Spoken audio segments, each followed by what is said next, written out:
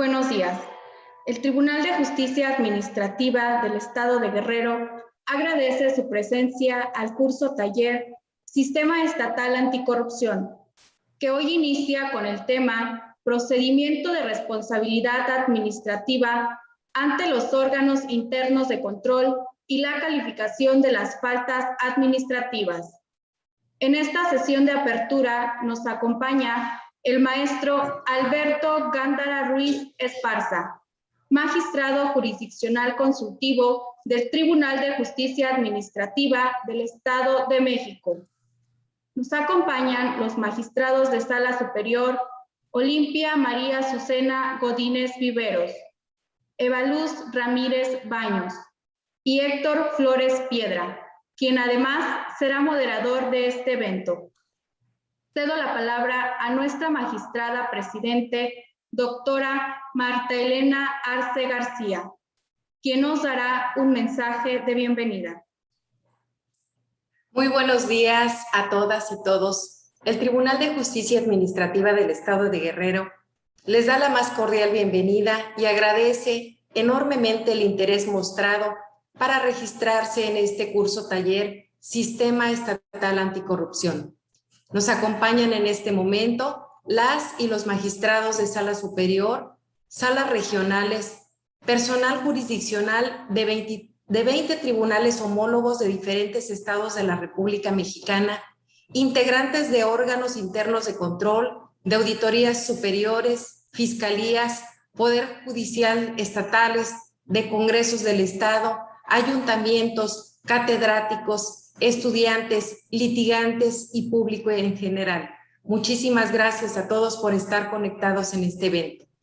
Asimismo, agradecemos la presencia del magistrado Alberto Gándara Ruiz Esparza, magistrado jurisdiccional consultivo del Tribunal de Justicia Administrativa del Estado de México, quien apertura este importante evento académico. Como sabemos, la publicación de la reforma a la Constitución Política de los Estados Unidos Mexicanos en materia de combate a la corrupción y la expedición de otros ordenamientos, entre ellos la Ley General de Responsabilidades Administrativas, son pilares que sientan las bases para la creación del Sistema Nacional Anticorrupción y la obligación de las entidades federativas para crear los sistemas locales. El Sistema Estatal Anticorrupción tiene como objetivo establecer principios, bases generales, políticas públicas y procedimientos para la coordinación entre las autoridades del Estado y los municipios para la prevención, detección y sanción de faltas administrativas y hechos de corrupción en sus respectivos ámbitos de competencia, en el que se requiere la intervención o participación de diferentes entes, de competencias definidas y de un marco legal integrado por una ley general y las leyes locales de cada entidad. Asimismo, tiene la particularidad de que en tratándose de faltas graves, la facultad de resolver es exclusiva de los tribunales de justicia administrativa. De ahí, la relevancia de organizar este curso que nos permitirá conocer el procedimiento, plazos y las formalidades que se encuentren previstos en la ley, a los cuales deberán ajustarse tanto la autoridad resolutora como los funcionarios públicos señalados como presuntos responsables, los particulares, así como los terceros que pudieran verse afectados durante el desarrollo del procedimiento. Por otro lado, es necesario tener presente que dentro del procedimiento existirán actuaciones emitidas por las autoridades investigadoras y substanciadoras que podrán ser impugnadas por la parte que no fue favorecida con el sentido de su resolución. En ese sentido, este curso taller tiene temas de gran interés para quienes participamos en los procedimientos de responsabilidad administrativa, como son el procedimiento de responsabilidad administrativa en los órganos internos de control, tema de gran relevancia y con el que daremos inicio, la calificación de las faltas administrativas, el informe de presunta responsabilidad administrativa, el procedimiento de responsabilidad administrativa grave en el Tribunal de Justicia Administrativa en todas sus etapas, recursos e incidentes en el juicio de responsabilidad administrativa grave y no grave, principios rectores del procedimiento disciplinario sancionador y las sanciones por faltas administrativas graves y no graves. Además de que para el desarrollo de las conferencias tendremos la participación de importantes ponentes con gran expertise en materia de responsabilidad administrativa. Me refiero a los magistrados Alberto Gándara Ruiz Esparza, Víctor Alfonso Chávez López, Nicandra Castro Escalpulli, Luis Octavio Martínez Quijada, Olimpia María Azucena Godínez Viveros y Arturo Lara Martínez, magistrados de los Tribunales de Justicia Administrativa del Estado de México, Ciudad de México, Guanajuato y Guerrero, quienes nos compartirán sus conocimientos y experiencias en torno a la materia de responsabilidad administrativa y a quienes reitero mi gratitud por su invariable apoyo. Y sin más preámbulo, siendo las 11:08 del día 1 de octubre de 2021, declaro formalmente inaugurado los trabajos de este curso taller Sistema Estatal Anticorrupción, que sea de su gran interés. Y cedo el uso de la voz a nuestro magistrado Héctor Flores Piedra, quien será moderador de este evento. Gracias. Muchas gracias, magistrada.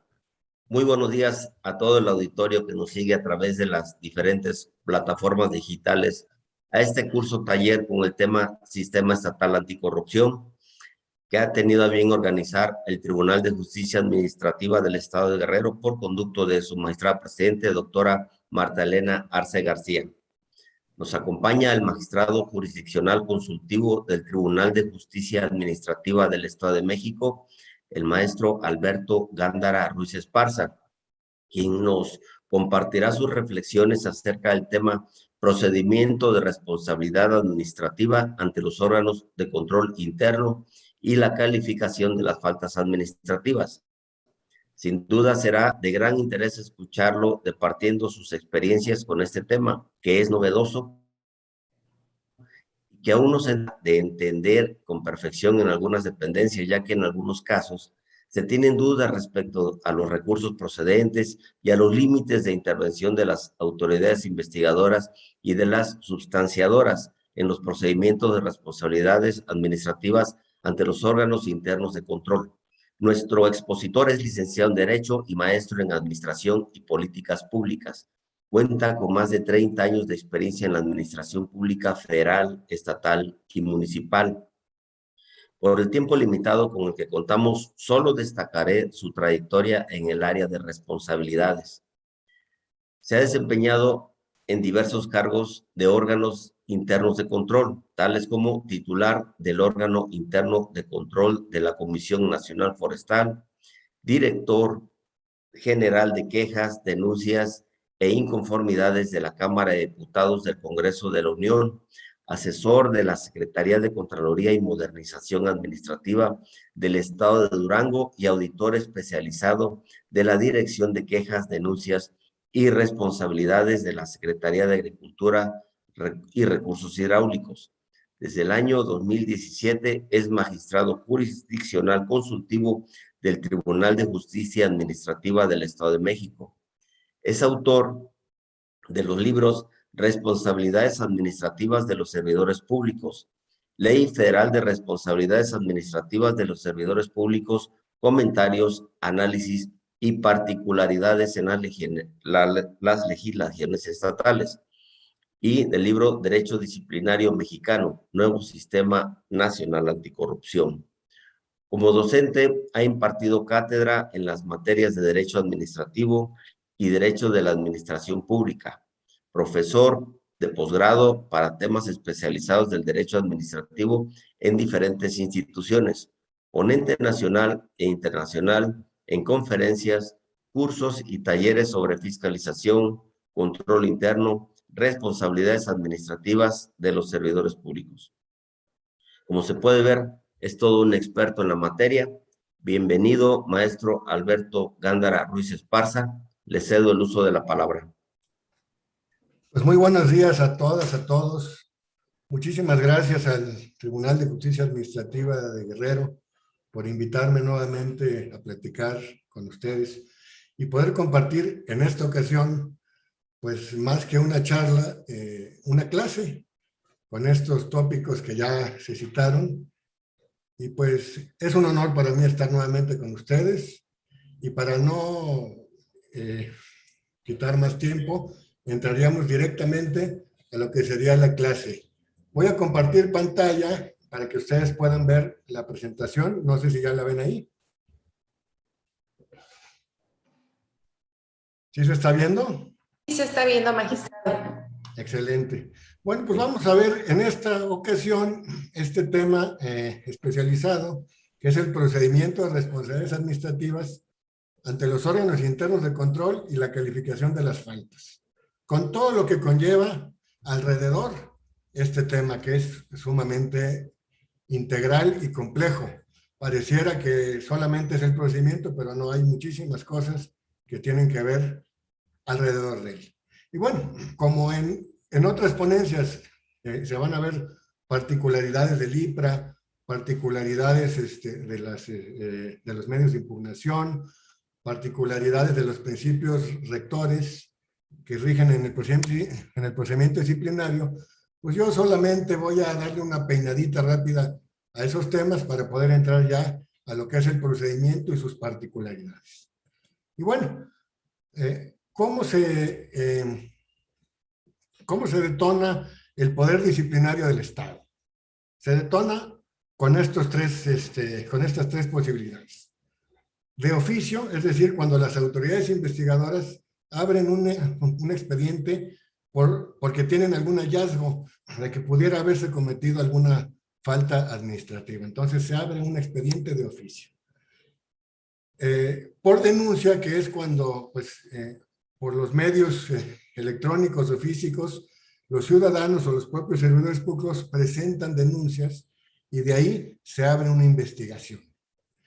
Y el otro, pues, es el método de las auditorías, de la fiscalización. Fiscalización que puede ser interna o puede ser externa, como muchos de ustedes ya lo saben. La fiscalización interna, pues, es la de los órganos internos de control. Y la fiscalización externa es la de los entes de fiscalización superior, tanto federal como de los estados. Entonces, estas son las tres maneras en las cuales se puede iniciar una investigación. ¿Por qué hablo rápidamente de la investigación? Porque hay ciertos criterios y hay quien cree que la investigación es parte del procedimiento disciplinario. Desde mi punto de vista no lo es y vamos a ver por qué no lo es. Pero de todas maneras es importante tener estos conceptos muy claros. Entonces, ¿cuáles serían los derechos del investigado y del sujeto a cualquier procedimiento disciplinario? Esto es una pasadita rápida, porque es bien importante que desde la investigación se respeten derechos humanos. Si no se respetan estos derechos básicos, se corre riesgo de que cuando haya una revisión de la legalidad de los procedimientos, se nos caigan por no tener pues estos principios básicos de respeto. Acceder a la investigación, toda persona que esté siendo investigada tiene derecho a acceder al expediente correspondiente. Designar un defensor, por supuesto, desde la investigación, no es desde el procedimiento. Desde que un servidor público está sujeto a una investigación, tiene derecho a designar a un defensor para que desde ese momento pueda aportar todos los elementos o datos de prueba suficientes para intentar desvirtuar las futuras o probables imputaciones que le puedan ser hechas ya por la autoridad sustanciadora. Por supuesto, ser oído. Fíjense ustedes qué importante. En la práctica, los auditores, cuando están realizando una revisión, muchas veces no le dan vista o no le dan la oportunidad al servidor público que finalmente va a ser cuestionado. ¿Por qué? Porque a lo mejor ya es un ex servidor público. Y entonces, si es un ex servidor público, se entiende la auditoría con el que está en el cargo actualmente. Pero resulta que al que está en el cargo actualmente a lo mejor no le interesa solventar las observaciones que le van a hacer. Sin embargo, a la hora de la imputación no va a ser el servidor público auditado al que se le va a llamar a procedimiento, sino al ex servidor público.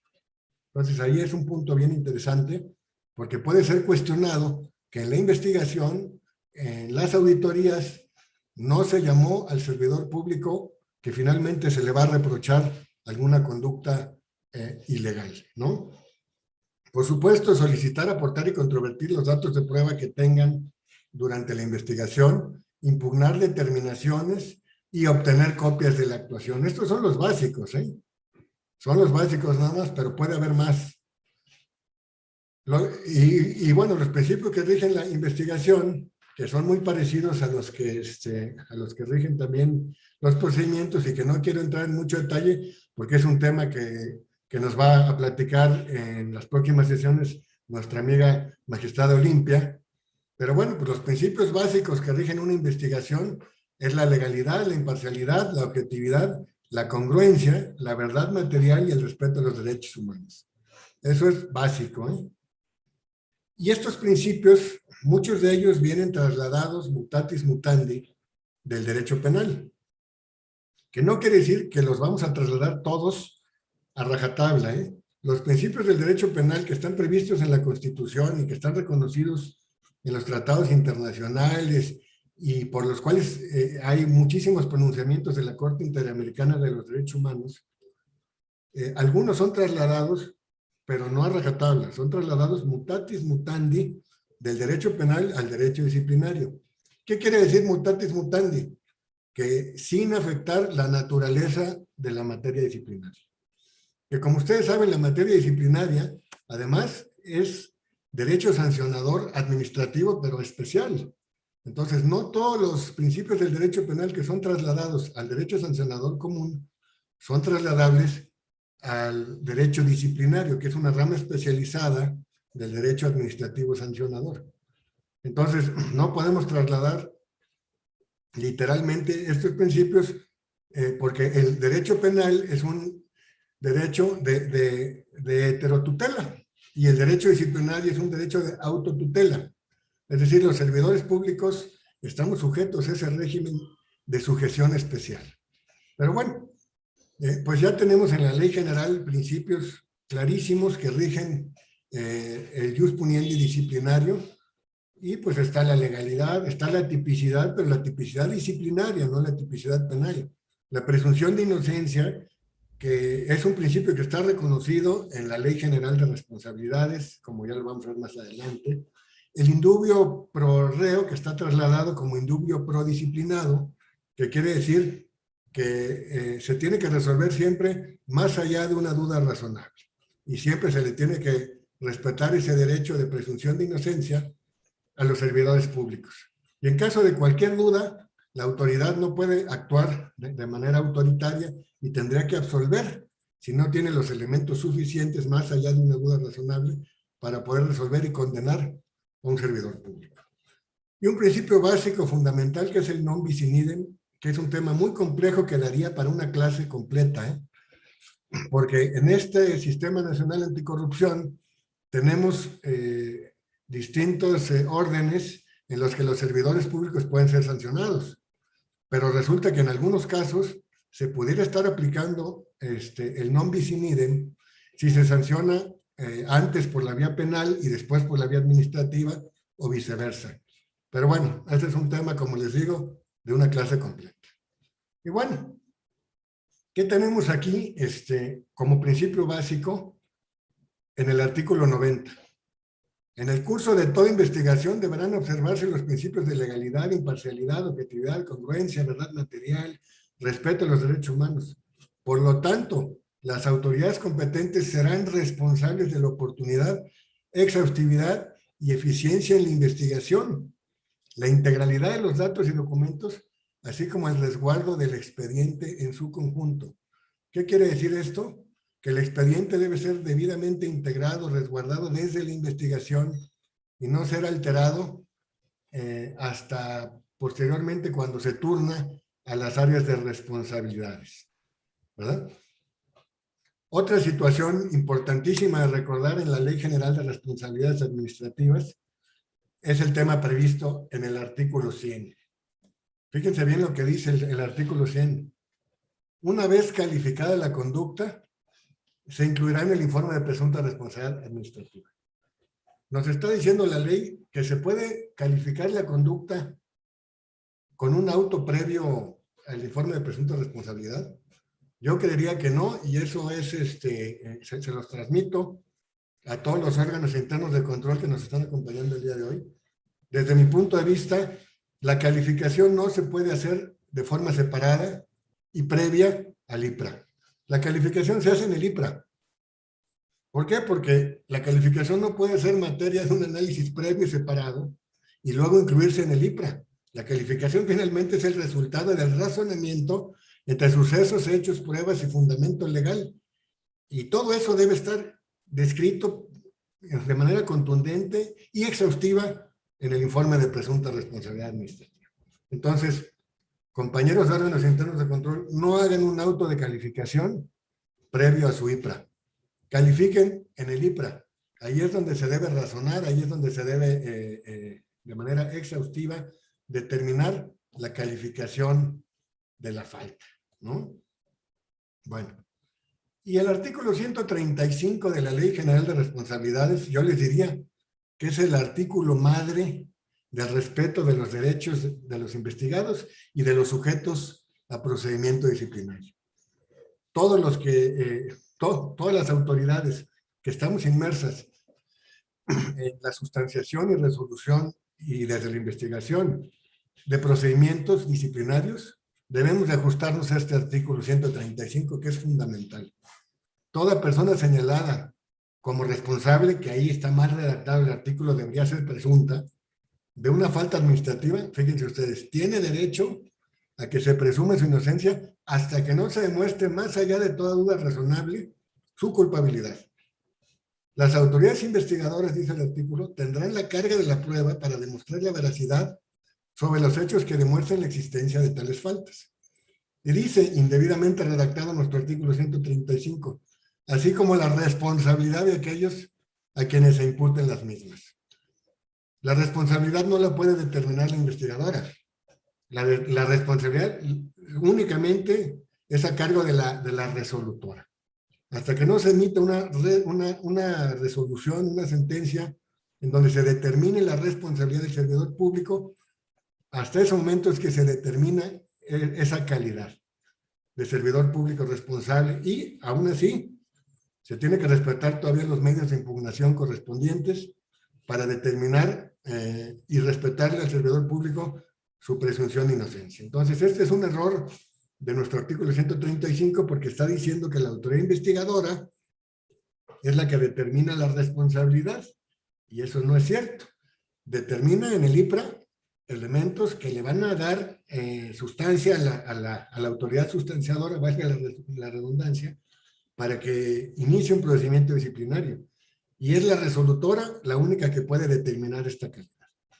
Y luego nos dice el segundo párrafo de este 135, quienes sean señalados como presuntos responsables de una falta no están obligados a confesar su responsabilidad ni a declarar en su contra.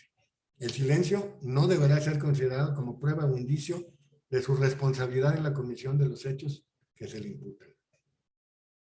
Esto es un principio que está también en materia penal, pero que está trasladado literalmente en este 135. Entonces no tenemos necesidad de pensar en que se está trasladando un principio del derecho penal al disciplinario, porque ya está regulado en la ley. Y este segundo párrafo tiene una razón de ser muy clara y contundente en razón de la diferencia del sistema anterior y el sistema actual. En el sistema anterior se decía que todo aquel servidor público que no compareciera a su audiencia de ley, se le tendrían por ciertos los hechos. Así lo decía la ley anterior federal y muchas de las leyes locales.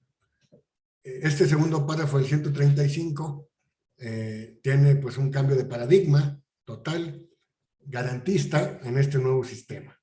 Entonces, para que lo tomen en cuenta claramente.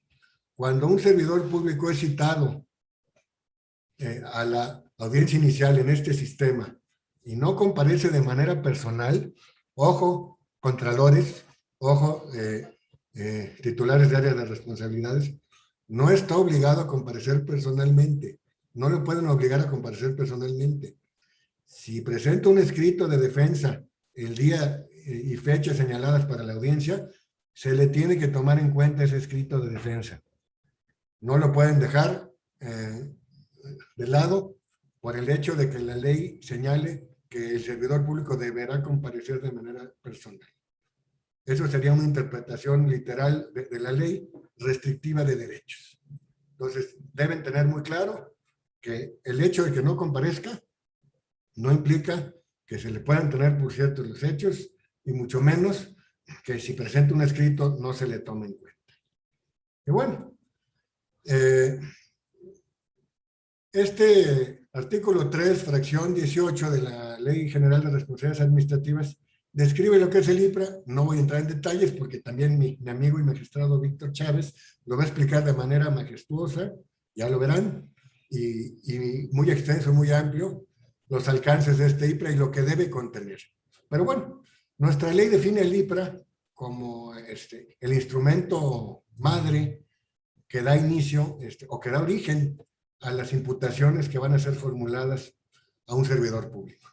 Y dice que es el instrumento en que las autoridades investigadoras describen los hechos relacionados con alguna falta señalada en la ley, exponiendo de forma documentada con las pruebas y fundamentos los motivos y presunta responsabilidad del servidor público o particular en la comisión de faltas administrativas. ¿Verdad? Así está descrito, ¿no? Bueno, dentro del procedimiento disciplinario y antes del inicio del procedimiento se prevén medidas cautelares. Esto es muy, muy importante que yo se los mencione porque es parte del procedimiento. Las medidas cautelares son parte del procedimiento. Y estas medidas cautelares normalmente las solicita la investigadora a la sustanciadora. Pero hay que tener mucho cuidado y hay que ser muy prudentes al solicitar este tipo de medidas cautelares, porque muchas veces se solicitan a capricho de esta autoridad investigadora o de esta autoridad sustanciadora y no se justifican estas medidas cautelares y entonces se interponen amparos y se caen porque no están debidamente justificadas. Y me refiero especialmente a la medida de suspensión temporal del servidor público señalado como presunto responsable. Esta suspensión temporal que tiene un resultado o una connotación o una afectación directa en el servidor público de que se le separa del cargo en el que está fungiendo y se le deja solamente un mínimo vital de subsistencia. Entonces, a pesar de que no es una sanción, pues sí trae una afectación directa que pareciera sanción. Entonces, para poder solicitar una medida cautelar de suspensión temporal, amigos de las Contralorías, tienen que justificarla de manera plena. Y sobre todo, además, aunque la ley nos permita solicitar esta medida cautelar antes de tener un IPRA, tengan mucho cuidado de solicitar estas medidas antes de que tengan calificada la falta. ¿Por qué? Nos hemos encontrado en la práctica con que suspenden a servidores públicos antes de calificar la falta y a la mera hora pues no encuentran elementos más que para calificar la falta como no grave, y a la hora de la hora también no hay elementos suficientes para imponerle al servidor público una sanción mayor, pero ya lo tuvieron suspendido como medida cautelar 6, 8 meses.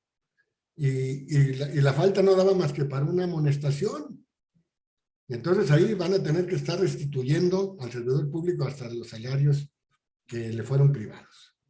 O se van a ver obligados a imponer una sanción mayor que finalmente, cuando se analice, va a ser desproporcional.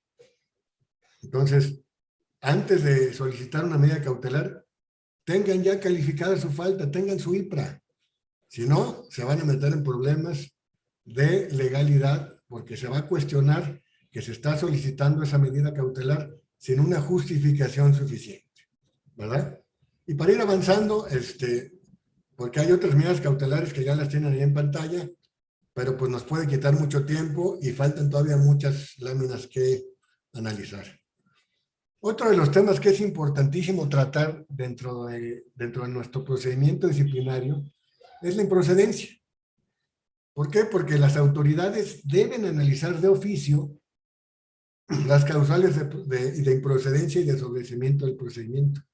Si no las analizan de oficio y citan de manera temeraria, le puedo decir yo, pueden estar cometiendo una arbitrariedad o una irregularidad también de carácter administrativo al no analizar de oficio las causales de improcedencia y de sobreseimiento. Entonces, la Ley General de Responsabilidad nos dice que una de las causales de improcedencia es cuando la falta administrativa haya prescrito, fíjense ustedes. Si la falta ya prescribió, por favor, autoridades, no citen de manera temeraria porque están incurriendo en una irregularidad. Además, están echando a andar el poder disciplinario del Estado de una manera inútil e innecesaria. Cuando haya prescrito la falta, declaren, por favor, la prescripción de manera previa y no se desgasten. Nos dice también la ley que otra de las causales de improcedencia es cuando los hechos o conductas en materia de un procedimiento no son competencia de la autoridad que lo está llevando. Si tú sabes que no eres competente para conocer de un asunto, declárate incompetente y túrnaselo a la que sí es competente para que inicie o para que continúe con el procedimiento, depende sea el caso, ¿no? Entonces, otra de las causales es cuando las faltas que se imputen ya sean motivo de una sanción previa. O sea, el non bis in idem, pues eso es clarísimo, ¿no? Si ya se sancionaron esos hechos, no podemos, por los mismos hechos, volver a citar. Eso sería violatorio totalmente de los derechos humanos del servidor público, ¿no? Cuando los hechos que se refieren en el IPRA no se advierta ninguna comisión de faltas. O sea, que haya un IPRA, que exista un IPRA, pero que de la lectura que haga la autoridad sustanciadora no encuentre que haya faltas administrativas a cargo de servidores públicos o particulares. Y por supuesto, una condicionante fundamental para poder iniciar un procedimiento es que no haya IPRA, o sea, que no se acompañe el IPRA en el turno que haga la autoridad investigadora a la autoridad sustanciadora. Y estas causales de improcedencia tienen un vínculo directo e inmediato con las causales de sobreseimiento. Como en todas las leyes procesales, pues la primera causal de sobreseimiento es cuando se actualice o sobrevenga alguna de las causales de improcedencia, ¿no? También nos dice en la ley que cuando haya una reforma legislativa y la falta que se está imputando se haya derogado, pues hay un principio de favorabilidad hacia el servidor público. Ya no se le podría imputar esa falta porque ya hubo una reforma legislativa en la que desapareció esa falta en particular. Entonces viene el principio de favorabilidad y de no retroactividad de las leyes en perjuicio de persona alguna. Y por supuesto nos dice la ley que cuando se tenga conocimiento de alguna de las causas de sobreseimiento, se tiene que comunicar de inmediato a la autoridad, acompañando las constancias para soportar ese dicho, y que la autoridad se pueda pronunciar al respecto.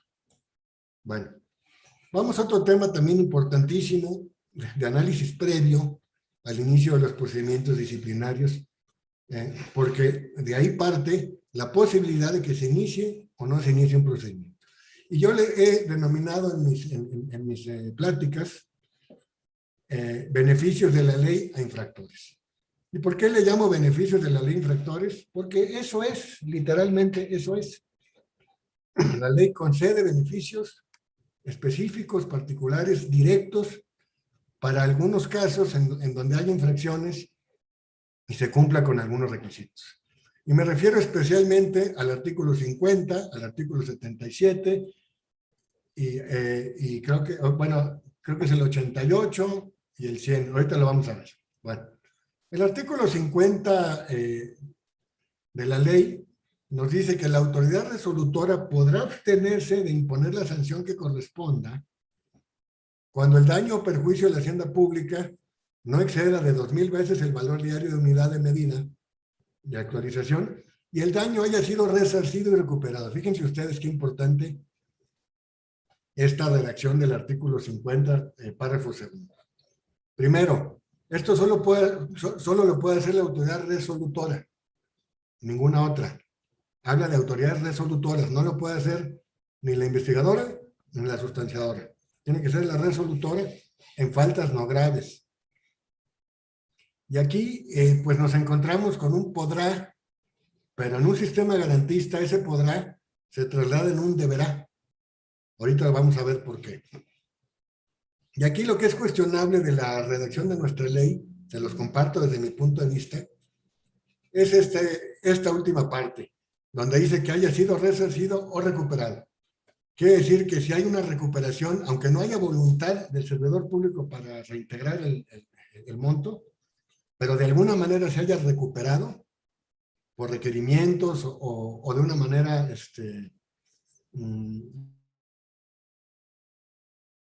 no espontánea, aún así, la autoridad tendrá que abstenerse de imponer esa sanción. De acuerdo a este artículo 50, ahorita les explico por qué el podrá se convierte en deberá. El artículo 77 de nuestra ley dice que corresponde a las secretarías imponer las sanciones por faltas no graves y ejecutarlas. Pero también nos dice, los órganos internos de control podrán abstenerse de imponer la sanción que corresponda, siempre y cuando, y nos pone dos condicionantes el 77. Cuando el servidor público no haya sido sancionado previamente por la misma falta administrativa no grave y que no haya actuado de forma dolosa. Fíjense ustedes lo que implica eso de carga de la prueba para las autoridades. Si las autoridades no le pueden acreditar al servidor público que actuó con dolo y no tienen antecedentes de haber sido sancionados previamente por la misma falta administrativa no grave, esa facultad que pudiera ser discrecional se convierte en una facultad reglada. Y hay jurisprudencia que rige este tema. Entonces, de ahí que es importante que si en una falta no grave no se acredita que el servidor público actuó de manera dolosa y no es reincidente, van a tener que abstenerse de imponer sanciones o de iniciar procedimientos de responsabilidad. Fíjense ustedes, desde mi punto de vista, qué grave, ¿no? Porque están desapareciendo, en nuestro régimen actual, están desapareciendo de facto las faltas administrativas no graves por negligencia, o por impericia, o por no actuar de manera diligente, ¿verdad? Se los dejo ahí al costo para que ustedes lo valoren, ¿verdad? Otro de los artículos que nos da beneficio en la ley a los infractores es el artículo 101. Este es un poco más complejo porque trae varias condicionantes. Si ustedes leen la redacción del artículo, es muy similar a la que traía el artículo 17 bis de la ley anterior. Pero aquí, en este nuevo artículo, le están agregando un ingrediente terrible, que es lo que viene en el último párrafo, que es el error manifiesto. Fíjense ustedes, error manifiesto. Si el servidor público incurre en un error manifiesto, entonces puede ser beneficiado con una no sanción, siempre y cuando, y aquí están las condicionantes, ¿no? Que no exista daño ni perjuicio en la hacienda y que se actualice alguna de las siguientes hipótesis, y aquí te maneja varias hipótesis. La primera, que la actuación del servidor público en la atención, trámite o resolución de algún asunto esté referida a una cuestión de criterio o arbitrio opinable o debatible. Es decir, que haya varias soluciones viables conforme a la ley y que el servidor público se haya ido por una o por otra facultad discrecional. Y eso pues puede implicar que se haya desviado de la legalidad o no desviado, como lo dice más adelante el propio artículo, de manera incongruente desde mi punto de vista, pero que tenga un mismo asunto, varias soluciones, ¿no? Y luego te dice que no constituye una desviación a la legalidad. Y yo les diría, si no constituye una desviación a la legalidad, entonces habría posibilidad de que una autoridad inicie un procedimiento si no hay desviación a la legalidad. Entonces, pues este texto sería inútil para efectos prácticos, ¿no? Y luego te dice el párrafo segundo, que el acto u omisión haya sido corregido o subsanado, aquí sí, de manera espontánea por el servidor público, o implique error manifiesto. Aquí lo más curioso es que la ley nos prevé la figura de error manifiesto, pero no nos explica qué es el error manifiesto. Y ni siquiera es una figura que podamos retomar del ámbito penal, porque en el ámbito penal hay otro tipo de errores que no son trasladables al ámbito disciplinario. Entonces, este es un asunto que está en la ley, pero que pues es muy difícil de interpretar porque no tenemos parámetros.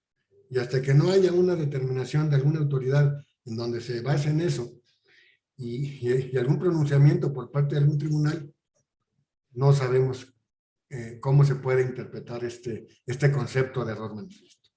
Pero te dice, hay una condicionante muy clara en este artículo. En cualquiera de los supuestos anteriores, los efectos tendrán que desaparecer. Si no desaparecen los efectos, entonces no hay posibilidad de que haya beneficio a infractores, ¿no? Y en el último caso, el artículo 88, que habla exclusivamente de faltas graves, también hay un beneficio en la ley para infractores de faltas graves cuando se encuentren participando en la comisión de una falta o ya la hayan cometido, pero confiesen. Esto sí es un poco trasladado del ámbito penal, porque al confesar la responsabilidad se acogen un beneficio de reducción de sanciones, fíjense ustedes, ¿no? Los famosos soplones o los famosos testigos colaboradores, por haber confesado su responsabilidad y sumarse a la investigación y colaborar con la autoridad investigadora, se le puede reducir entre un 50 y un 70% del monto de las sanciones que se puedan imponer. Y hasta un total, o sea, hasta el 100%, tratándose de la inhabilitación temporal en el caso de particulares, ¿no? Entonces, yo les diría aquí, y si se causó un daño y le vas a reducir el 70% de ese daño al servidor público y no encuentras la posibilidad de ponerle una sanción económica a otros servidores públicos que hayan participado en eso, ¿se va a quedar sin sanción ese daño? Esos son temas pues, que habría que valorar, ¿no?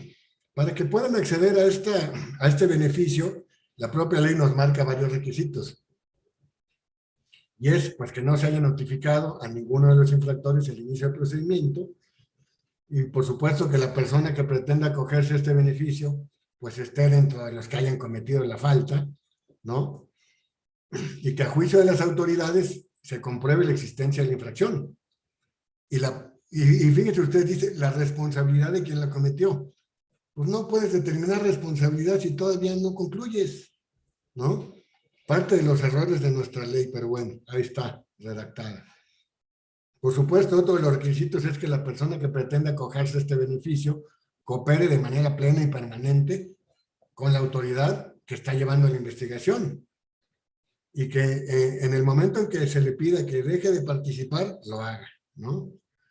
Y por supuesto, requisitos sine qua non, que se tiene que verificar que esta confesión que está haciendo el servidor público o el particular, pues sea veraz y que no sea una mentira para que sea beneficiario de esta reducción de sanciones, ¿no? Bueno, vamos a ver otro tema interesantísimo que se ha dado en los últimos meses, que es el tema del interés jurídico del denunciante. Es nada más una laminita porque este es un tema también muy extenso. Como ustedes saben, pues hay ya dos criterios importantísimos, uno de colegiados y otro de la Corte, donde le están dando interés jurídico al denunciante para participar de manera activa e impugnar todas las determinaciones, incluso previas al inicio del procedimiento disciplinario, tanto en la vía del amparo indirecto e incluso ya también hay criterios de que el denunciante puede recurrir el acuerdo de archivo o el acuerdo de no inicio de procedimiento por la vía del juicio contencioso administrativo. Fíjense ustedes lo importante. Esta es la tesis de jurisprudencia que sacó la segunda sala el 6 de agosto del 2021, que es una tesis que sale por contradicción también entre dos tesis sustentantes entre el primer tribunal colegiado en materia administrativa del tercer circuito y el cuarto tribunal colegiado en materia administrativa del primer circuito, que fue el criterio ganador, el del cuarto tribunal colegiado. Y te dice claramente que el nuevo régimen de responsabilidades les da participación activa a los denunciantes y por ello tienen interés y están legitimados para recurrir determinaciones de la autoridad investigadora. Fíjense ustedes. Y esta es la otra. Si quieren les comparto este material para que no tengan problema luego en consultar estas jurisprudencias. Y la última, que es de hace menos de un mes, que es del viernes 10 de septiembre, que también es jurisprudencia de plenos de circuito, en donde ya determinan claramente que se puede recurrir en amparo indirecto a la negativa a iniciar una investigación, así como la decisión que ordena la conclusión y archivo por falta de elementos. ¿Verdad? Tomen en cuenta esto porque ustedes como autoridades pues van a estar sujetos al cuestionamiento cuando cierren una investigación. El denunciante podrá decidir impugnarla, ya sea por la vía del amparo indirecto o por la vía del juicio contencioso administrativo, y les pueden ordenar que sean más exhaustivos en su investigación y que cuando resuelvan su acuerdo lo funden y motiven de manera suficiente. Y bueno, ahora sí entrando en materia, que bueno, pues todo es materia finalmente, pero en la particularidad de lo que es el procedimiento de responsabilidades administrativas, podemos decir ahora sí de manera contundente que el procedimiento de responsabilidades administrativas da inicio cuando las autoridades sustanciadoras admiten el informe de presunta responsabilidad administrativa, ¿no? Eso que no quede la menor duda. Aunque hay interpretaciones hasta en la propia Corte que dicen que la investigación es parte del procedimiento, lo cierto es que nuestra ley nos dice claramente en qué momento se interrumpe la prescripción y en qué momento da inicio el procedimiento. Aunque hay dos momentos distintos en la ley, lo cierto es que da inicio al procedimiento disciplinario y se fija la materia, o sea, se fija la litis. ¿Qué les diría yo a mis autoridades sustanciadoras? Que tengan mucho cuidado en emitir este tipo de actos de manera unilateral y que crean que con eso ya interrumpieron prescripción. Estamos en un régimen garantista. En todos los casos, y ya lo verán, para efectos de certeza jurídica y garantismo y de interrumpir prescripción, el momento de inicio del procedimiento disciplinario es cuando se le notifica al servidor público el acto de molestia. De lo contrario, es un acto unilateral del Estado, que se puede, si somos mal pensados, sembrar. Y entonces, para efectos garantistas, no se está garantizando la interrupción de prescripción con un acto unilateral de las autoridades en donde califican una falta o en donde se admite un IPRA. Se tiene que notificar el acto de molestia al servidor público que se le va a generar el procedimiento disciplinario. Y bueno, ¿quiénes son las partes en el procedimiento disciplinario? Está en la ley, la autoridad investigadora, el servidor público presunto responsable de faltas graves o no graves. Estos son conceptos comunes para ambos casos. Los terceros, a quienes puede afectar la resolución que se dicte, y dentro de los terceros está precisamente el denunciante. Eso es bien importante que se sepa. El denunciante es un tercero interesado, porque le puede afectar la resolución que se dicte. Y también, en el caso de los particulares, si son citados al procedimiento, pues es parte también del propio procedimiento del particular que se ha citado a una audiencia inicial. Y bueno, aquí les hice este cuadro para que puedan diferenciar la etapa de investigación y calificación de las faltas como primera etapa y una segunda etapa que sí ya es el procedimiento disciplinario que se lleva ante las autoridades sustanciadoras. Cuando se admite el informe, se cita al presunto responsable, que no debería ser presunto responsable, debería ser presunto inocente, pero bueno. Se celebra la audiencia inicial, se ofrecen las pruebas, se desahogan alegatos y ya posteriormente la autoridad resolutora, que muchas veces es la misma que la sustanciadora, en casos de faltas no graves ante órganos internos de control, lo que puede resultar cuestionable para efectos convencionales, pero también es motivo de una charla de otra hora. Pero bueno, la autoridad resolutora es la que cierra la instrucción y la que emite una resolución y notifica al presunto responsable y se encarga de la ejecución de la sanción.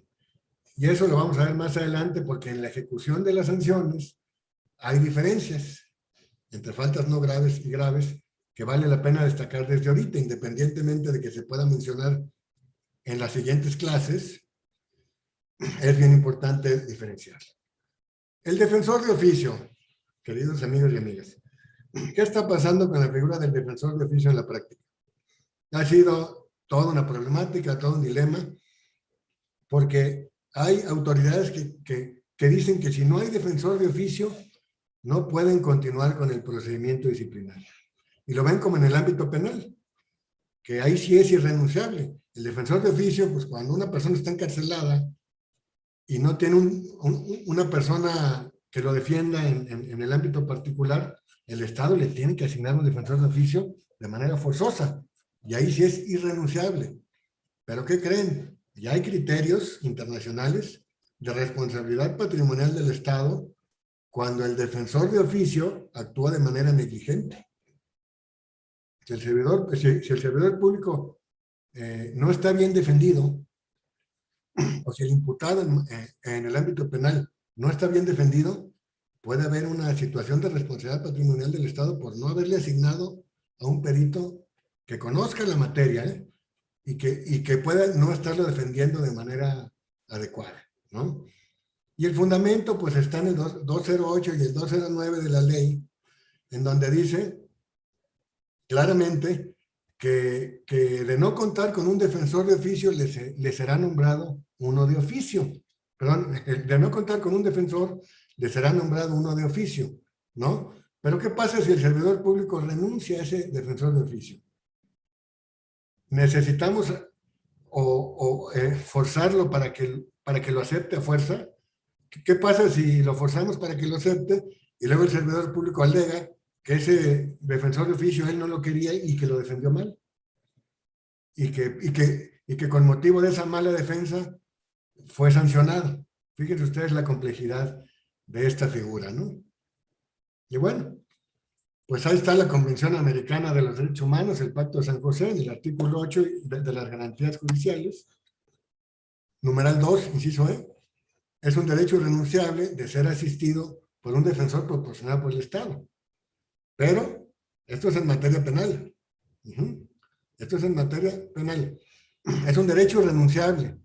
Sí, pero en la última ratio, que es en el ámbito penal. En el ámbito disciplinario yo tengo mis dudas, porque no es lo mismo, y los servidores públicos, la mayoría, tienen posibilidades de pagar un abogado particular.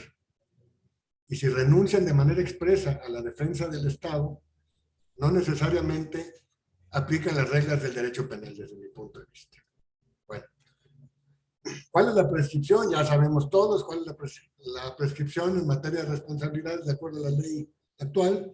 Es de 3 años para faltas no graves y de 7 años para faltas graves. Y también tenemos ya una figura de caducidad, que es cuando se deja de actuar por más de 6 meses y dice, fíjense ustedes, sin causa justificada. A veces hay causas justificadas. Ahorita, por ejemplo, en la pandemia, los órganos internos de control dejaron de actuar de manera justificada porque había suspensión de actividades por la pandemia. Entonces ahí no opera la caducidad. Pero tampoco, ojo, Contralorías, tampoco se extiende la prescripción. Hay algunas autoridades que han pretendido que como hubo suspensión de actividades, no se computan esos plazos para efectos de la prescripción. Ahí sí no. Ahí sí están muy equivocadas esas autoridades que pretenden alargar la prescripción con motivo de esta suspensión de plazos por la pandemia. Tengan mucho cuidado con eso. Bueno, las figuras de la reclasificación y recalificación. Esto es algo que yo he estado mencionando mucho en todos los foros en los que participo, porque me parece que en algunos casos puede ser muy cuestionable que los tribunales de justicia administrativa estén actuando como tribunales de legalidad y no como tribunales resolutores de faltas graves. Y ahí les va. El fundamento de las figuras de reclasificación y recalificación Están en nuestros artículos 208 y 209 también. Y te dice, en el caso del 208, que es para faltas no graves, te dice claramente que la autoridad sustanciadora podrá prevenir a la investigadora para que subsane las omisiones que advierta o que aclare los hechos narrados en el informe. Es decir, cuando hay un informe de presunta responsabilidad administrativa oscuro, impreciso, no claro, la autoridad sustanciadora deberá prevenir a la investigadora para que lo corrija. Esta es una regla que, ojo, es igual para faltas no graves y para faltas graves. Y aquí es donde quiero resaltar para nuestros tribunales de justicia administrativa que nos están escuchando, mi punto de vista personal, particular, es que algunos tribunales le están haciendo la chamba indebida a la autoridad sustanciadora de origen, que es la que debe echar para atrás el IPRA cuando lo ve incompleto, cuando lo ve oscuro, cuando lo ve impreciso. Ahí es donde se tiene que regresar el IPRA. No podemos estar regresando a los tribunales IPRAS cuando ya tenemos una audiencia inicial sustanciada, porque entonces le estamos violentando al servidor público o al particular sus derechos humanos. ¿Por qué? Porque aunque esté previsto en la ley, no tendría derecho el servidor público imputado a que se le resuelva conforme al IPRA original, conforme a la imputación en la cual él ya compareció a una audiencia, ya se defendió de un IPRA mal hecho. ¿Por qué después de un año me van a llegar a decir que hubo una reposición de procedimiento y que el tribunal ordenó que se revisara el IPRA y entonces hubo una reconsideración de los alcances del IPRA y me vuelven a citar con una imputación nueva? Eso, desde mi punto de vista, genera incertidumbre jurídica y probablemente estaríamos violando derechos humanos de los servidores públicos. Y ahí está muy claro el 209. ¿Qué es lo que nos dice el 209 para los tribunales? Bajo su más estricta responsabilidad, deberá verificar que la falta descrita en el informe sea de las consideradas como graves. En caso de no serlo, fundando y motivando evidencia transgresor, enviará el expediente respectivo a la sustanciadora que corresponda para que continúe el procedimiento. En este caso estamos hablando de recalificación. Es decir, no es mi competencia, ahí te va de regreso. Pero ¿qué pasa con el tema de reclasificación? Te dice que si adviertes que en el informe corresponde la descripción de una falta grave diversa, ordenarás que se realice una reclasificación pudiendo señalar directrices que consideres pertinentes para su debida presentación, ¿no? Pero una cosa es ordenar directrices para una reclasificación, o sea, para que, pues no es cohecho, es otro, ¿no? No es abuso de autoridad, es otra falta. Y otra cosa es que el tribunal esté regresando IPRAS y esté fijando directrices para que se corrijan porque no hubo fuente obligacional, porque el IPRA no contiene circunstancias de tiempo, lugar y modo, bla, bla, porque entonces estaríamos sustituyendo la facultad de la autoridad sustanciadora prevista en la fracción 1 del 208, que es aplicable también al 209, porque son reglas comunes de ambos procedimientos. Entonces, tengamos mucho cuidado con ese regreso de los expedientes por parte de los tribunales a las autoridades sustanciadoras para que lo turnen a las investigadoras, si no se trata de reclasificación, sino de IPRAS oscuros o imprecisos. Y aún así en la reclasificación es cuestionable, porque si a mí ya me imputaron cohecho y yo ya comparecí, ya desvirtué en mi audiencia que no me aplica el cohecho, y luego resulta que me perfeccionan la imputación y me dicen que siempre no es cohecho, sino otra, pues también puede ser violatoria a mis derechos humanos, ¿no? Entonces, esta lámina pues habla de lo que ya les expliqué. Los tribunales de justicia administrativa no debemos actuar como tribunales de legalidad, sino como resolutores. Si nos encontramos un procedimiento sustanciado con una imputación mal hecha, sobre esa misma base tendremos que resolver y no estarles haciendo su chamba, de manera coloquial estoy hablando, a las autoridades sustanciadoras e investigadoras que no lo hicieron bien, ¿no? Bueno, Este tema es muy importante, el de la supletoriedad, porque muchas autoridades disciplinarias incurren en un exceso de supletoriedad.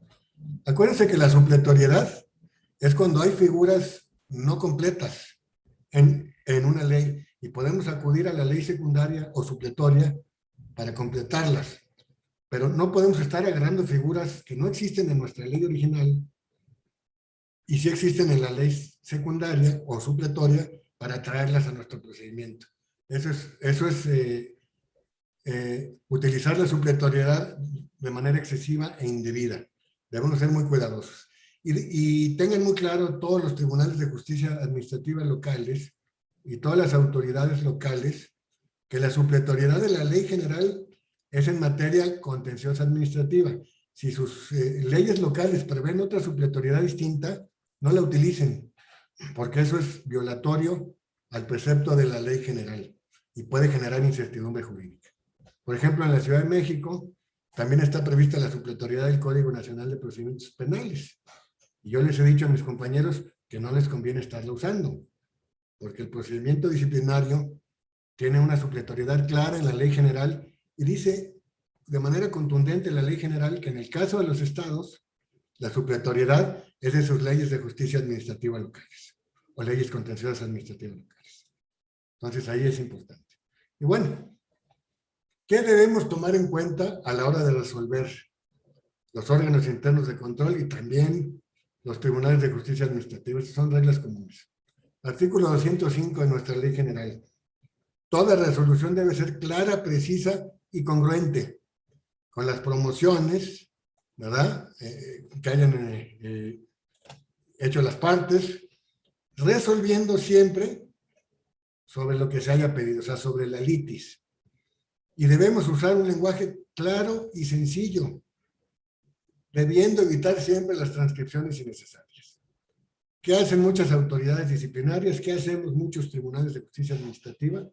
Hacemos sentencias, hacemos resoluciones larguísimas, porque estamos transcribiendo cuestiones que a veces son inútiles e innecesarias y que vuelven nuestras determinaciones dificilísimas de entender, confusas, no claras, y que incluso mientras más largas las hacemos, más fáciles son de impugnar y más fáciles son de determinar su ilegalidad.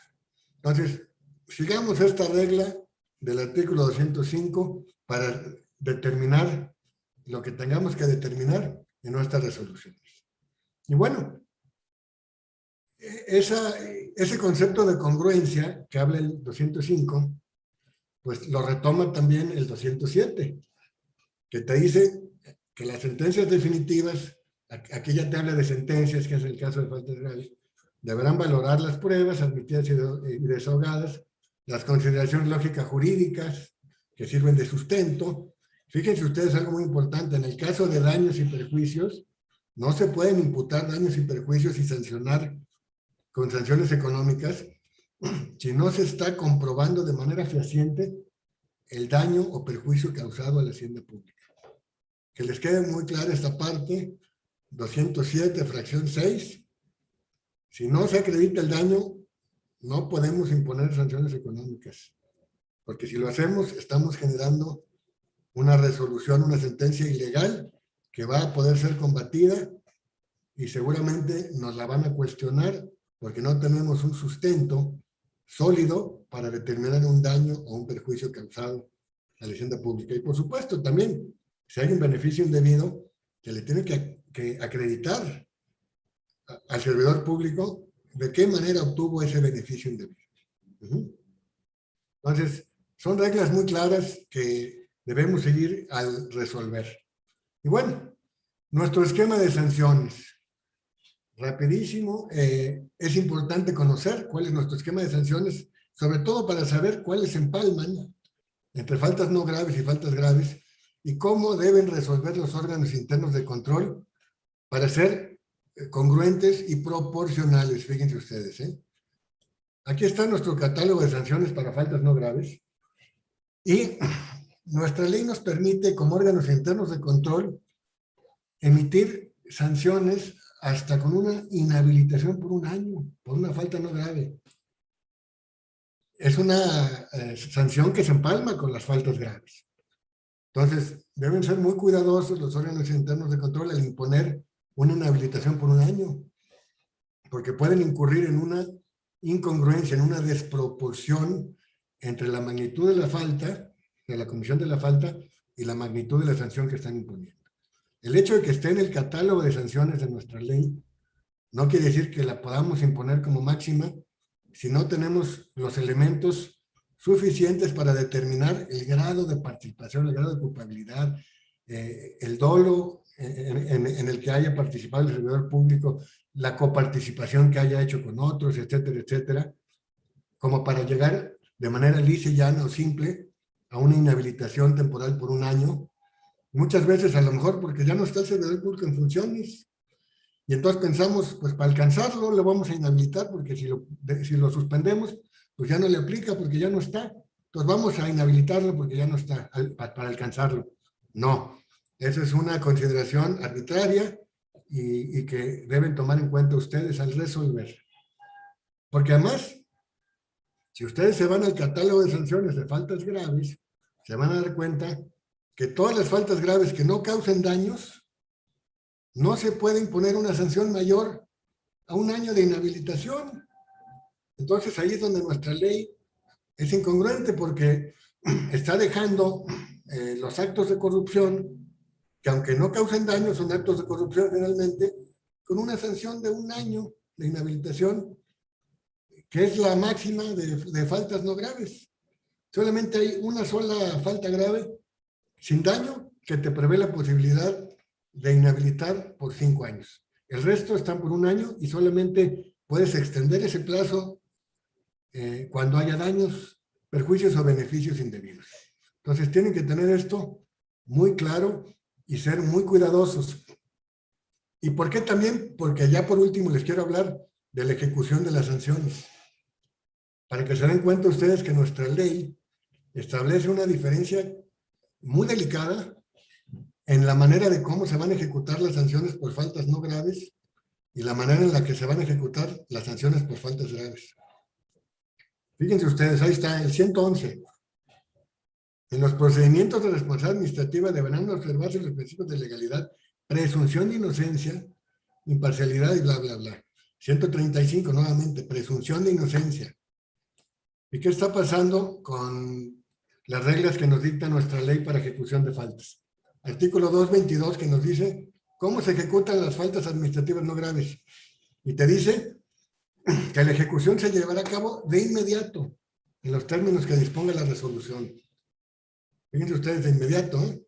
No estaría violando ese 222, el propio principio de presunción de inocencia que está previsto en los artículos que les puse anteriormente.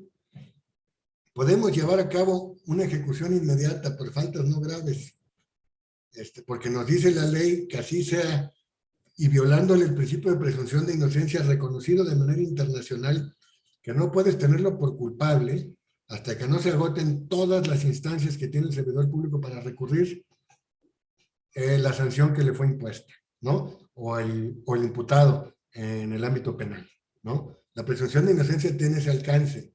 Sin embargo, la ley nos establece una diferencia delicada, como les digo. En faltas no graves nos dice que podemos llevar a cabo la ejecución inmediata. Y en faltas graves, ahí sí dice, 225, cuando haya causado ejecutoria una sentencia en la que se determine plena responsabilidad del servidor público por faltas graves, entonces sí se ejecutará. Entonces, para faltas graves sí tenemos que esperar a que cause estado, respetándole sus derechos humanos de presunción de inocencia al servidor público. Pero para faltas no graves lo podemos ejecutar de inmediato. Y fíjense ustedes lo delicado. ¿Qué diferencia le ven en la práctica a una inhabilitación por un año por falta no grave y una inhabilitación por un año por falta grave? ¿Cuál es la diferencia práctica?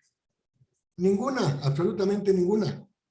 Entonces, de ahí viene lo delicado y donde tenemos que ser garantistas y cuidar que las sanciones, cuando están restringiendo derechos consagrados en el artículo 35 de la Constitución Política de los Estados Unidos Mexicanos, y uno de esos derechos es el acceso al servicio público, si estamos restringiendo ese tipo de derechos, si estamos inhabilitando a un servidor público por una falta no grave, y se la queremos ejecutar de inmediato nada más porque la ley nos dice, le estamos violentando el derecho humano de presunción de inocencia.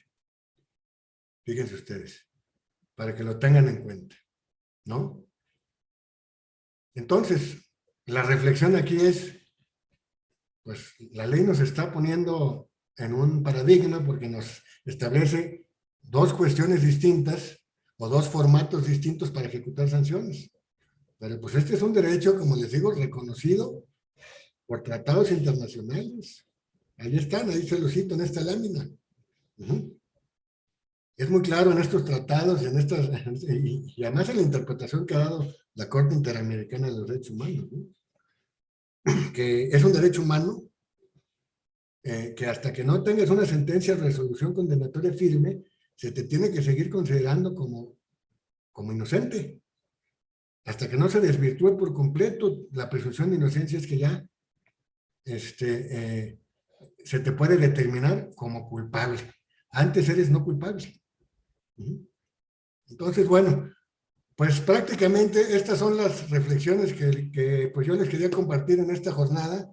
Ya me pasé un poquito, son las 12:13, pero estoy a su entera disposición para poder intercambiar con ustedes preguntas y respuestas el tiempo que ustedes dispongan. Muchísimas gracias. Muchas gracias, magistrado Gándara. Pues la verdad ha dado muestra de su gran experiencia y los conocimientos que tiene en esta materia. Ha generado una activa participación de nuestros compañeros. Le envían saludos y felicitaciones. La verdad que ha sido un tema muy, muy importante. Pues el tema de los beneficios que la ley otorga, el tema del interés jurídico del denunciante, lo que implican las figuras de la reclasificación y la recalificación, hay que saber distinguirlas, ¿sí? Pues el derecho del investigado, los principios de la investigación. La verdad ha sido muy completa su intervención, maestro Gándara, muy importante, nos ha ilustrado bastante. Y pues solo tenemos dos preguntas, no sé si desee que se las formule, son de Román Cruz Estrada, y él pregunta: ¿el derecho de audiencia del presunto responsable debe otorgarse desde la etapa de investigación o a partir del procedimiento disciplinario que inicie la autoridad substanciadora? Ese es uno, creo que estaba ya, lo transmitió usted, digo, lo puso en una de las láminas que nos hizo ver ahí. Pero lo puedo comentar de manera más amplia, con mucho gusto. Claro, sí, maestro. No sé si quiera hacerlo o le hago la otra, nada más son dos, como usted ordene. Si quieren respondo esta y ahorita me hacen la otra. Ok, de acuerdo. Por ley, la garantía de audiencia como tal es hasta que se inicie el procedimiento disciplinario. Pero hemos visto en la práctica que cuando no se le llama durante una auditoría o durante una investigación al servidor público por alguna circunstancia, como les decía yo, puede ser que ya no esté en funciones, etcétera, etcétera, y no se le llama, el servidor público puede aportar datos de pruebas suficientes para que no haya ni siquiera materia para iniciar un procedimiento. ¿Qué es lo que pasa en la práctica? Cuando un servidor público toma posesión, no le interesa, y muchas veces no solo no le interesa, es hasta antagonista del antecesor. Y hemos visto históricamente, los que tenemos ya algunos añitos encima y que hemos transitado de administraciones en administraciones, hemos visto que siempre los que llegan son los fregones y los anteriores son los que no saben hacer bien las cosas, ¿no? Entonces, si llega, y eso es cíclico, ¿no? O sea, como dicen por ahí, los carniceros de hoy serán las reses del mañana, ¿no? Es cíclico. Entonces, ¿qué pasa si llega una revisión de auditoría cuando el servidor público ya no está en funciones y quien atiende la auditoría es un servidor público que no solo no le interesa muchas veces solventar eso que le cuestionan, sino que además pues lo deja pasar porque pues, hasta tiene una intención malvadona con el antecesor. Y entonces, el servidor público que finalmente va a ser cuestionado, ni se entera que lo están auditando, porque las reglas de fiscalización interna y externa no obligan a los auditores a llamar a cuentas al que verdaderamente van a cuestionar después, sino dicen que se entenderá la auditoría con el funcionario que esté en funciones, valga el servidor público que esté en funciones. Entonces, estamos ante una circunstancia que puede ser cuestionada el día de mañana por no haber llamado al que verdaderamente le vas a generar el acto de molestia. No es una garantía de audiencia como tal, es un llamamiento para que aclare lo que puede aclarar desde la etapa de la investigación, que no le cuesta nada al auditor, no le cuesta nada a la autoridad investigadora hacerlo. Incluso facilitaría muchísimas cosas y muchas veces hasta podría solventarse algún tema de manera previa. Ese es mi punto de vista, ¿no? Habrá quien diga, pues yo tengo normas de auditoría que no me obligan a que llame al antecesor, y pues yo me entiendo con el actual y lo que me aporta el actual. Eso me parece que es un tanto cuadrado y que pudiera generar incertidumbre y pudiera generar violación del debido procedimiento en determinado momento, ¿no? Porque hay incluso jurisprudencia que te dice que las violaciones en el ámbito de la auditoría trascienden muchas veces en la defensa del servidor público. Y entonces, pues hay un tema de efectos de actos viciados, ¿no? Frutos de actos viciados. De origen, ¿no? Muy bien, maestro. María Elena Camacho le pregunta, dentro de los derechos del funcionario investigado, ¿resulta violatorio que dentro del IPRA no le den a conocer las pruebas de confidencialidad que no acreditó y que por ello fue sancionado? Bueno, me imagino que están hablando de temas de policías, porque esas pruebas de confidencialidad son las que se le aplican a los policías, ¿no? O a los ministerios públicos. Miren, yo creo que todo dato de prueba que va a ser sustento de una imputación a un servidor público, puede ser controvertido por el propio servidor público de manera previa a la propia emisión del IPRA. Puede ser controvertido. O sea, no les cuesta nada darle garantía de audiencia, darle el espacio para una diligencia, para mejor proveer al servidor público y decirle, mira, aquí tenemos pues, algunos datos de prueba que pudieran generarte a ti. ¿Tú tienes algún otro que te pueda a ti ayudar en esta etapa? Aunque la carga de la prueba siempre la va a tener la autoridad investigadora y la autoridad sustanciadora y la autoridad resolutora. Eso no nos queda la menor duda, que la carga de la prueba es de la autoridad.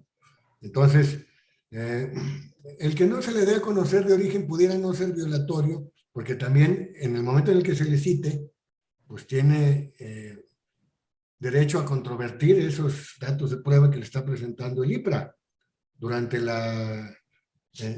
desahogo de su audiencia inicial y de manera posterior, en el desahogo de las pruebas, las puede controvertir. Entonces, en este sentido, a lo mejor no se le estaría violentando su garantía de audiencia como tal, pero cada caso es un mundo, ¿eh? Tendríamos que analizar concretamente de qué se trata y si desde la investigación se le puede llamar al servidor público para que aclare, pues mejor que aclare. Y nos facilitamos ahí todo el camino recorrido que puede ser inútil, ¿eh? Finalmente. Claro. Muy bien. Existe una pregunta de Melissa Amador de Oaxaca. Quiere saber cuál es su opinión respecto de la facultad de la autoridad resolutora de poder solicitar medios de prueba, los denominados para mejor proveer, y le manda a saludar de Oaxaca. Muchas gracias, muchas gracias. Ese es otro concepto de la ley que me parece violatorio, porque pues si ya estás en esa etapa, pues tú ya no puedes allegarte de medios de prueba nuevos, ya hay una litis fijada. Entonces, si tú te allegas de nuevos elementos, pues estarías violentando las etapas previas. O sea, la litis ya está fijada. Entonces, aunque esté previsto en la ley, ese es un tema que hemos analizado aquí en el Estado de México mucho, yo considero que pues es como letra muerta, porque tú ya no puedes estar solicitando más datos de prueba, más pruebas o más diligencias para mejor proveer, porque ya estás en una etapa de desahogo de pruebas, ¿no? Y ya hay una litis fijada, entonces traer más cosas a tu litis, aunque le des vista a los demás, me parece que pudiera ser ya inútil y hasta violatorio, ¿no? Sí, muchas gracias, maestro. Hay una última de Sergio González. Pregunta, ¿es necesario que en los acuerdos de inicio de procedimiento se mencionen las pruebas de la investigadora y que sustentan la imputación? Eso lo ha estado exigiendo el juez de distrito de Coahuila. Bueno, lo que te exige la ley es que tu IPRA venga completo. Un acuerdo de inicio, por eso yo les decía, no califiquen la falta en un acuerdo previo. O sea, la falta se califica y se documenta y se estructura en el IPRA, ¿verdad? Un acuerdo de inicio de procedimiento disciplinario previo al IPRA me parece que no es acertado. Después del IPRA, se admite el IPRA y entonces se emite un acuerdo de admisión adjuntando el IPRA en todo caso. Pero si se emite un acuerdo de admisión previo al IPRA, estamos incurriendo en lo que ya les decía yo al inicio de la charla. Estamos calificando la falta de manera anticipada. Aunque nos los prevé la ley, no debemos hacerlo. Debemos calificar la falta hasta el IPRA. Muy bien, maestro Gándara. La verdad, muy ilustrativo. Creo que hemos iniciado con el pie derecho este curso taller. Una gran exposición de su parte. Muchas felicidades. Y pues cedo el uso de la palabra a la magistrada Eva Luz, que le va a hacer un reconocimiento, le va a hacer entrega virtual de un reconocimiento. Es un honor para mí ser parte de esta inauguración. Al contrario, doctor. Silenciado, magistrada. Magistrada Eva, su micrófono.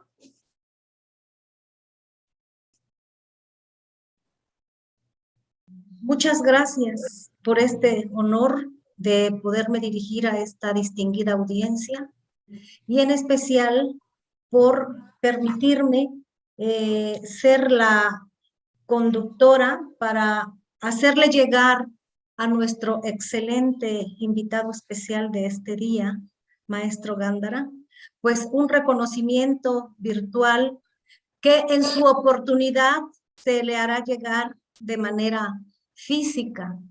Este reconocimiento dice lo siguiente: el Tribunal de Justicia Administrativa del Estado de Guerrero otorga el presente reconocimiento al maestro Alberto Gándara Ruiz Esparza, magistrado jurisdiccional consultivo del Tribunal de Justicia Administrativa del Estado de México, por haber llevado a cabo la disertación del tema procedimiento de responsabilidad ante los órganos internos de control y la calificación de las faltas administrativas, desarrollado de manera virtual dentro del curso taller Sistema Estatal Anticorrupción, organizado por este Tribunal de Justicia Administrativa del Estado de Guerrero. Firma la magistrada presidenta del Tribunal de Justicia Administrativa, doctora Marta Elena Arce García, en Chilpancingo de los Bravos, Guerrero, el 1 de octubre del 2021. Magistrado Gándara, reciba este significativo reconocimiento con el agradecimiento de haber aceptado participar en este curso taller tan importante en estos momentos históricos en que se está dando inicio a esta etapa de sancionar o de iniciar procedimientos administrativos de responsabilidad, de lo cual tenemos todavía mucho que aprender y que ha sido muy importante su participación. Muchas gracias. Les deseo mucho éxito en toda la jornada, en las próximas participaciones que irán siendo una por semana, ¿eh? Muchísimo éxito. Sí, muchas gracias, magistrado. Pues sin duda reflexiones claras, puntuales, derivadas de la gran experiencia académica que tiene y de su también importante función jurisdiccional Agradecemos enormemente esa explicación tan clara que nos ha brindado. Y quiero comentarle que en esta sesión, primera sesión, exitosamente contamos con la asistencia de compañeros profesionistas del Estado de México, por supuesto, de la Ciudad de México, de Jalisco, Oaxaca, Querétaro, Puebla, Coahuila, Tamaulipas, Campeche, Michoacán, pues de muchos estados de la República, por supuesto, nuestros compañeros del Estado de Guerrero, quienes agradecemos enormemente sus reflexiones. Muchas gracias, muchas felicidades, y a todo nuestro auditorio les recordamos que el próximo día 8 de noviembre estaremos transmitiendo nuestra segunda sesión con el tema de la calificación de las faltas administrativas, y los esperamos. Muchas gracias, que tengan excelente día a todos. Muchas gracias a todos los que nos acompañaron el día de hoy.